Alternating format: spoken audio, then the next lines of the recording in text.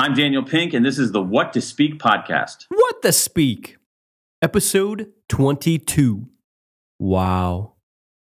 That speaker must love the sound of their own voice. Do you kick ass when you speak, present, or pitch? If not, these expert discussions and insider tips can help you right now, today. Welcome to the What to Speak podcast. I'm your host, Brian Kelly. Struggling with feeling comfortable in front of an audience when you present? Or maybe you're confident, but you have difficulty stumbling over filler words like and ah. Well, you can start kicking ass today by signing up for our weekly VIP updates. As a bonus, you'll also receive 11 free tips that will uncover 6 psychological secrets to public speaking, plus 5 tips on how to stop using filler words. Go to whattospeak.com/VIP. Dan Pink, are you ready to answer the question, what to speak? I've never been more ready for anything in my entire life. All right, let's do this. So Dan, you're the New York Times bestselling author of books like Drive and To Sell Is Human, selling over 2 million copies worldwide. That's pretty impressive. No, thanks. You're also one of the hottest business keynote speakers out there right now. Plus, you have one of the top 10 most watched TED Talks online. But let's hear it from you. Can you briefly tell us about who you are and what you do? My name is Daniel Pink. I live in Washington, D.C. I'm talking to you from my office here in Washington. I've got 3 kids and 1 wife, and I write books for a living. And one way that people get the ideas out in books is not only through the writing, but by talking about them, whether it's in forums like these or whether it's going out talking to groups large or small about the ideas. Ultimately, I'm in the idea business, but at the heart of the conveying of the ideas is writing. However, writing is not the only way to get those ideas out there into the bloodstream. Now, this might be a trick question, but do you consider yourself an author first and then a speaker, or is it kind of one and the same? I consider myself a writer, period. Gotcha. And everything else is secondary. Very interesting. It really is. If you were to, if you ask what do I put on my, you go to another country and you fill out the immigration form, or I come back to this country and fill out the form. Yep. Writer. On my tax return, writer. If you ask my kids, what do I do for a living? Dad's a writer. Yeah, writing. That's who I am. Now, again, that's not only who I am, but that's at the white hot center of it. If there's not that, there's nothing. Got it. Very cool. So, Dan, what is the topic or topics that you're usually speaking about when you're out there in front of an audience? Well, it's usually the ideas that are represented in some of the books that I've written. So it could be like the ideas embodied in A Whole New Mind, which is about some of the changes in the labor market, prizing more metaphorically right brain skills over the more routine, algorithmic, easier to outsource and automate left brain skills. It could be the basket of ideas in Drive about how a lot of the motivational schemes and mechanisms we use inside of organizations actually aren't that consistent with what the science of motivation tells us, and how organizations can use other kinds of principles to lead to really enduring motivation. And then the latest basket of ideas is embodied in the book To Sell Is Human, which is about the art and science of moving other people. That shows that we're all involved in the sales business, no matter whether we like it or not, but that sales isn't what it used to be. And then I tap the social science to say, how can we do it better, more effectively, and more ethically? So again, it just goes to your earlier question, Brian, which is that the writing is just at the center of everything. That's how you actually test ideas. It's how you actually make sure you get the ideas right. If you can go out in written form at a decent length with a body of work, chances are it's pretty solid, and then that can lead to other chances to talk about the ideas in other kinds of venues. Fantastic. Well, Dan, let's transition to talking about your origin story. I would love to explore kind of how you got into this whole thing, because honestly, I know you say you're a writer first, but you're an amazing presenter. Thanks a lot. I've seen you speak at least a couple different times in person, and I'm always thrilled to see you present your information in a way that's very clear and very engaging. So the thing I did want to ask is, how did you get into this whole professional speaking thing? I can probably kind of guess based on what we've touched upon, but would love to hear, how did this all happen? How did you get into professional speaking? Well, again, I just got to go back and say I'm a writer and who happens to do some of this stuff as well. And so that's how it happened. I was writing and people said, hey, can you come and talk about your article? Or ended up being my, and then later on my first book, come and talk to our group about it. And that's really how it started. It didn't start out in any kind of like, this is not my dream. It was not my objective or anything like that. It was a natural outgrowth to my writing. I mean, it's interesting. It's great stuff. I don't mean to diss it, but it's just it's more organic than that. It wasn't a sort of, I didn't have a goal and then an execution plan to achieve that goal. What I did is that I wrote stuff. And as a consequence, as a consequence of that, there were other opportunities to bring the ideas in other kinds of form. Now, I think one of the things that's helped me a little bit in making the shift from being a writer to writing about ideas to talking about ideas is that earlier in my life, I worked in politics and I worked as a political speechwriter for a while. So at some level, I've been working on. I've been sort of around the world of speeches for a very long time, very long time. Well, I want to dig into that a little bit later in our discussion, but I did want to ask, I've interviewed a lot of, New York Times bestselling authors like yourselves. A lot of them say, I wrote and then I went into the next thing you do is people want you to come and talk about what you wrote about. Now, when that opportunity arose, when you first started getting, traction with the books that you were writing, did you work with a coach, a presentation coach? How did you prepare for being able to deliver your information, your content in a skillful way? Yeah, I've never worked with a coach. But again, Brian, I did have a kind of hidden advantage in that I'd written speeches for politicians for a decade. So I actually knew how to craft a speech, and I'd listened to, maybe even more important than that, I'd listened to a heck of a lot of speeches. It was one of the things that I had to listen to my bosses give speeches. And so I basically just, I guess I just sort of took on the earlier tasks in the same way that I would have a regular speech, which is, a speech that I'd write for somebody else, which is, okay, what are we trying to achieve here? How can we say it well? What are the key points? What should we leave out? How can we make it memorable? And those kinds of basic, the sort of the basic blocking and tackling of how you configure something in spoken form. Yeah, the thing that I find interesting is that, that background that you have in speech writing and how it's kind of informed, what you do. But then kind of going beyond that, it's like you're able to not necessarily be the person that's at the front of the room reading a speech that's been prepared. You're able, because you live and breathe the information that you want to convey to your audience, you do it in a way to where, you're very much animated. You take full advantage of the stage. You get off the stage. You interact with the audience. You've also, I've seen on a couple of occasions that you've got these exercises or these opportunities for the audience to reflect on what you just shared and kind of wrap their mind around it so that they're fully involved in that presentation, which I think is really interesting. Yeah, but that's a lot of that is just kind of experimentation, what works and what doesn't work. And I think you have to, it's like in a sport, you go to play tennis, you say, oh, that shot didn't work, or, ooh, when I hit the ball that way, it actually gets a good spin on it. And so you end up, sort of through experimentation and getting a little bit better and better. I think one of the things that I think is important is that, and again, at the risk of sounding like a broken record, it goes back to the writing.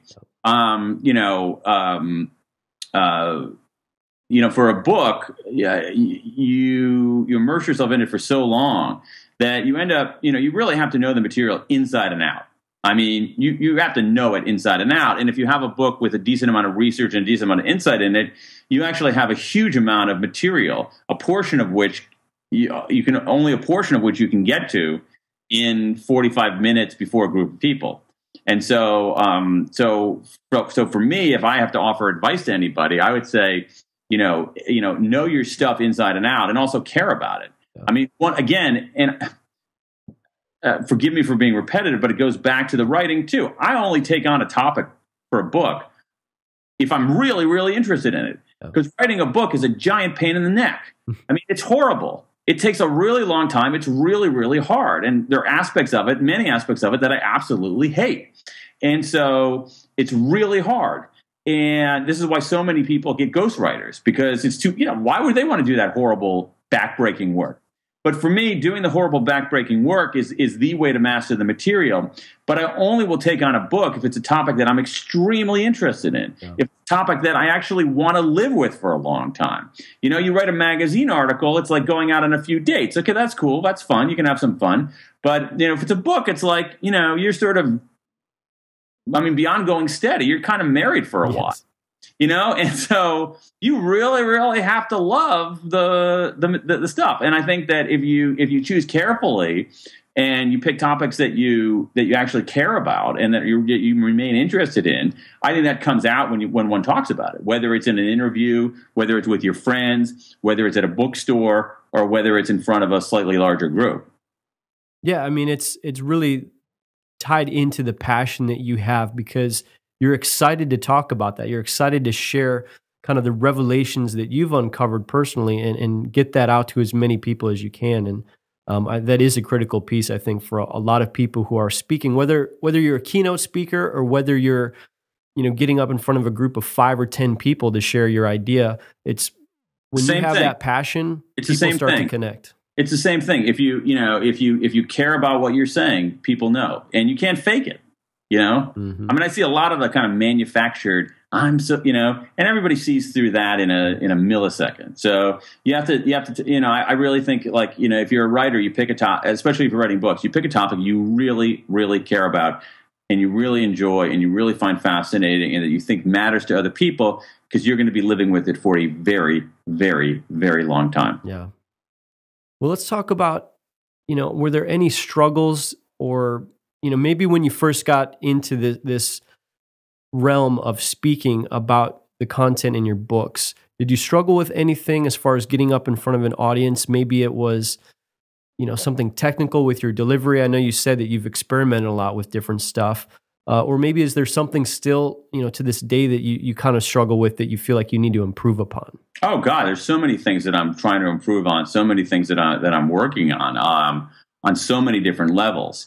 I always think about, okay, so, did the, always focus, I'm never, I always want to know, did the audience learn something? Did the people learn something? And are they going to do something different, to me? And there's some times where I give it and I say, you know what? I don't think they're going to do anything different. And I think it's my fault. For whatever reason, I didn't construct things in a way or offer the right examples that's actually going to help them change their behavior. So that's a big part of it. On more technical things, not technical, but sort of more mundane things, in real life, I can talk very fast. That's not a good thing. If you're in front of a large group of people, I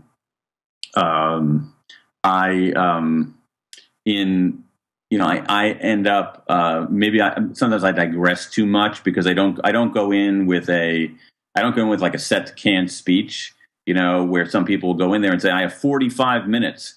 And they know exactly where they're going to be at that 45-minute mark. I customize and tailor everything that I do because there's so much great material, and because every place is different. But occasionally, I will have way too many digressions. Just because I'm interested in it doesn't mean that the audience is interested in it. Just because I want to run down that rabbit hole doesn't mean anyone else does. I'm still working very hard on being even more concise.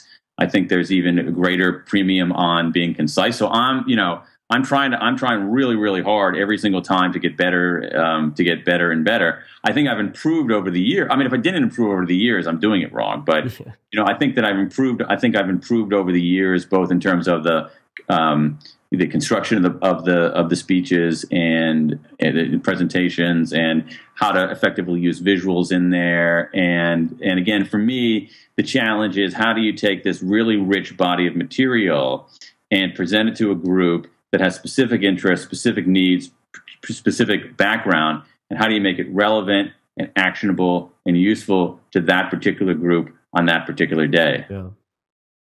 Well, as far as like you working on improving? Do you do anything like record your presentations to look back and reflect on, oh wow, that's something I need to work on, or is it just things that you're observing through the course of giving those presentations? It's both. I mean, I feel like I should do more video, even though it's very painful. It's horrifying to watch, but you can learn something from that. There are times where I have audio, use my phone to audio record it, and listen back to that. I'm curious about how people react, what kind of emails I get afterwards, what kind of questions I get when people come up afterwards. Every once in a while, there are, every once in a while you'll see ratings. So if you go to a conference, they'll say how effective was this, and I take those somewhat seriously. I don't take it super seriously, yeah. But looking for patterns, like he covered too much material, he talked too fast. He thought he was funnier than he really was, those kinds of comments. Well, I don't know. I mean, I think you're pretty funny. I like the subtle way that you approach things. But let's transition to the part of our discussion now where we talk about your particular expert perspective. So I want to dive in a little bit more into talking about the experiences that you had as Chief Speechwriter to Vice President Al Gore. Yeah. Are there any insights that you can share that you've gleaned through that experience, that tie directly into what you do now when you get up before an audience and talk? Yeah, I think so. I mean, I think what you have to do is, again, I think it's axiomatic, but to me, you start with the audience. You don't start with yourself. Yep. Who's this audience? What do they care about? What do they know already? Why in God's name would they want to spend a half an hour with you? And if they are willing to spend a half an hour with you, what are you going to do to make that half an hour valuable to them? And I think that the experience of starting from the audience's perspective is huge, and that's something one tries to do as a speechwriter. What's interesting, Brian, is that when you're a speechwriter, what you're trying to do is capture someone else's voice. And I think when you're out on your own, again, whether you're if you're a writer on your own under your own byline, you're trying to basically hone and perfect your own voice, sort of make sure that your own voice is given life. And one of the things that I've seen out there is that people sometimes try to ape other people, which is understandable in a very early stage, but you don't want to be, a poor imitation of X. You want to be the best version of you want to be the best version of yourself. And I think that sometimes people think there's a certain way to do things. So, for instance, let's take walking around during a speech. I think that in certain settings, people think that's the right way to do it, that if you don't do it that way, it's lame. I happen to walk around a lot just because I don't like staying still. But I think, like, if you're more comfortable standing behind a podium, I think that's totally fine. If you're more comfortable standing behind a podium, I don't think there's a right way to do it. I see people who walk around because they want to walk, because they think they're supposed to walk around, and it's clear there's not a purpose in their walking around. They go and they do sort of circles or something like that. And so I guess the point is that what you want is you want to be the best version of yourself you possibly can be. You don't want to be a pale imitation of Ken Robinson or Steve Jobs, yes, or Brene Brown or whoever. Yeah, exactly. What you think a speaker should look and sound like. Exactly. And that's where I think, going back to this notion of like truly getting to the core of who you are as an individual, and magnifying that and kind of being the best amplified version of yourself that you can be to connect with the audience. Right. Exactly. And again, I keep coming back to, it sounds a little bit like Stuart Smalley, but you want to be the best version of yourself. You don't want to be the poor man's Steve Jobs or, the inartful woman's Ken Robinson. You want to be the best Brian Kelly there is, and that's it. And I think that people respond to that. And there isn't a universal right way to do it. And the most important, and so I think a lot of times people get caught up in the sort of the mechanics and the tactics, and what is sort of the the particulars of how do I stand? What do I, and it's like, come on. What's your point? Why should the audience care? If you can answer those two questions, you're 90% of the way there. Yeah, what's your really point? Why should the audience care? And then explain it like yourself. And there are ways to get better at that. If you're rumbling, don't mumble. Don't say all the time. Don't say all the time. Don't have a rising intonation at the end of the sentence as if you're asking a question. But those are, really particular things. I think that where people go awry is that they actually don't have a point. Mm-hmm. And the audience actually has absolutely no reason to care. So I don't care how slick you are in your presentation skills, you're still going to give something that's a waste of people's times. I love it. Some great points you're making here, Dan. So the last question I have related to your expertise is, I know that you spent the better part of 2013 basically teaching audiences about selling and pitching in the 21st century. So I want to ask you, what's been your personal experience with pitching and, what you provide as an author or speaker? How do you go about pitching Dan Pink, or whether it's, speaking, an opportunity to speak, or, a new idea that you've got for a book? We'd love to just get a little bit of insight from you on this idea. Again, I mean, it's you start with the audience. I really believe that. And I think a lot of times people start with themselves. What do I want to do? What do I want to accomplish? And I think you start off with the audience. And basically, one of the key questions is, why should they care? Why should anybody spend 45 minutes with you? Why should anybody spend 45 minutes listening to you? There are plenty of people who love talking in front of people for 45 minutes. They love that. It exhilarates them. It boosts their ego. Yep. That's why they get up in the morning. They love that. But I don't care. If you're that kind of person, I don't care. Why should anybody spend 45 minutes listening to you? They're giving you, something really quite incredible. Like that's 45 minutes of their life they're never going to get back. That's 45 minutes that they're not spending with loved ones. It's 45 minutes that they're not spending exercising. It's 45 minutes they're not spending dealing with their business. They're saying, I'm going to, so they're basically saying, I'm spending 45 minutes of my life not doing all these other things, but instead listening to you. That's a pretty high bar. Yeah. And I think a lot of folks don't realize how high a bar that is. And so if you don't have a very clear answer in why the audience should listen to you, then I think you're going to run into some problems. So for me, if I go out and talk about the ideas in the book Drive, why should the audience care? And I think they should care because actually why should they care? One, a lot of what you know about motivation just isn't true. And two, there's a way to do motivation a lot better, and I can show you some of the specific things that you can do to be a little bit more motivated yourself and get more motivation out of your team. Right. Okay, maybe that's less of a waste of 45 minutes than doing something else. But if you get up there and say, why should they spend 45 minutes listening to you? Because I love it. I love being on stage. I love talking. Yep.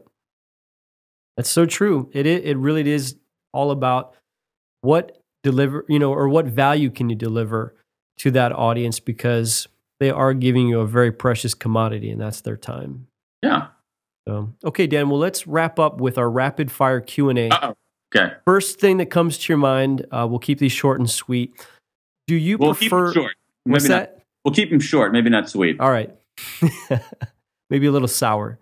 Yeah. Do you prefer slides or no slides? Slides. Okay. Why?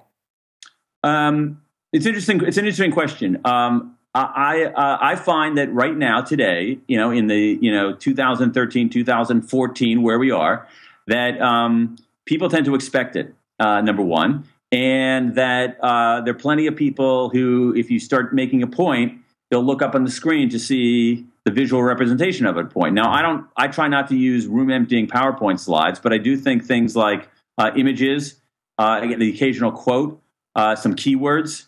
If you offer a list, enumerating the list there, it can be very helpful in people processing the information. I also like it as a listener, as an audience member. So if someone says, there are three principles behind all of this, 1, 2, 3, I actually like seeing it up there. It helps it stick. Yeah. Great. But again, I don't think it's universal. But you asked about me. You didn't ask me to make a universal claim. Right. I prefer slides. Perfect. All right. So who's a speaker that inspires you the most, and why? Inspires me the most. You know what? I happen to. It's interesting. Inspire is a tricky word. So for me, the best kind of inspiration is if I end up thinking about it afterwards. That is, and I find that inspiring. It's not basically, I'm not necessarily leaving the auditorium on cloud nine, ready to run up the steps of the Philadelphia Art Museum a la Rocky. Not that kind of inspiration. But what sticks with me, and the folks that I found who I think are very effective on that are, there are two people who immediately come to mind, and they are definitely not the kind of kind of slickest presenters out there. One of them is Jim Collins, just because I think it's so clear and it's so compelling and it's so actionable. And also Clayton Christensen. Clayton Christensen is very modest, very unassuming, very low key, but I think you hang on the words because the substance of what he's talking about is so unbelievably interesting and important. Gotcha. I agree. All right. So what's the funniest, craziest, most unbelievable thing that's happened to you on stage when giving a presentation?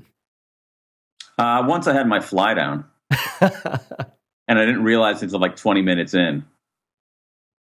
Did you just let it be, or just roll with it, or did you stop? You know what? My strategy on those kinds of things is basically, I figured, okay, if I noticed it, other people noticed it. So what you do is you basically bring it to the surface and acknowledge it, and let everybody laugh, and then they forget it.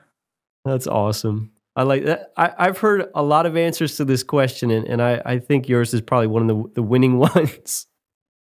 Sad but true. Well, thanks for sharing. You wish that it wouldn't happen. I think like you can either disguise it. You basically have two choices. First of all, A, zip up your fly. B, all right, do you acknowledge that you've just zipped up your fly, or do you pretend like it didn't happen? And for me, you can't just purely pragmatically, you can't pretend like it didn't happen. So I don't remember what I said, but you say, and basically what it does is it allows the audience to get over its own discomfort, and you can move on. Yeah, great. Let's learn by doing, right? Yeah. So check your fly. If you're a man, check your fly before going onto stage. Yeah, double check it. Yeah. All right. So, the one thing I also wanted to ask you, which is kind of obvious, but I'm still curious to how you might answer, is what kind of impact has speaking and really your ability to speak had on your career? Well, I guess the main thing is that, well, a couple of things, actually. One of them is that you're able to actually really hone ideas in a way that's sometimes not possible in writing. Yeah. So it's helped me be a little bit more concise, and it's helped me explain things better. And I think that's had an effect on the writing, that it's made me maybe slightly more concise, slightly better at being able to explain things. The other thing is that it's a different way to get ideas out there. So I think it's had that effect as well. Perfect. All right, here's our final question for you, Dan. If I'm this brand new author, I'm just getting ready to have my book published, and I'm going to have a whole bunch of opportunities come before me to speak on what I wrote in this book, what advice would you give me based on the things that you've learned over the years? If you're just starting out, say yes to every opportunity. Get out there. Do it a lot. Yep. Say yes to everything. If the audience outnumbers you, you say yes. And what that's going to allow you to do is just practice, and get better at that. It's the same thing with being an actor or stand-up comedian or anything like that. Especially at the early stages, say yes to everything. And don't think that any kind of audience or size audience or anything is beneath you. Get out there and do it, and learn from it, and do it again, and learn from it, and stay out there, and stay out there, and stay out there, and eventually you'll get pretty good. Yeah, it's like exercise. You just got to keep doing it, and you got to start somewhere. Absolutely. All right, Dan. Well, we'll have the links to your website, your books, your social media profiles all over at whattospeak.com in our show notes for this episode. I want to sincerely thank you for your time, your insights, and really sharing your story as someone who kicks ass when they speak, present, or pitch. Well, thanks, Brian. It's been a pleasure talking with you about this. All right. Bye-bye. If you liked what today's guest had to share in our discussion, You may want to grab an audio copy of their latest book for free by going to WTSaudiobook.com. That's WTSaudiobook.com. All right, here we go with the outro. Thanks so much for joining us today on What to Speak. Be sure to visit whattospeak.com for show notes on every episode and to sign up for our email list to stay updated on resources that'll help you kick ass when you speak, present, or pitch.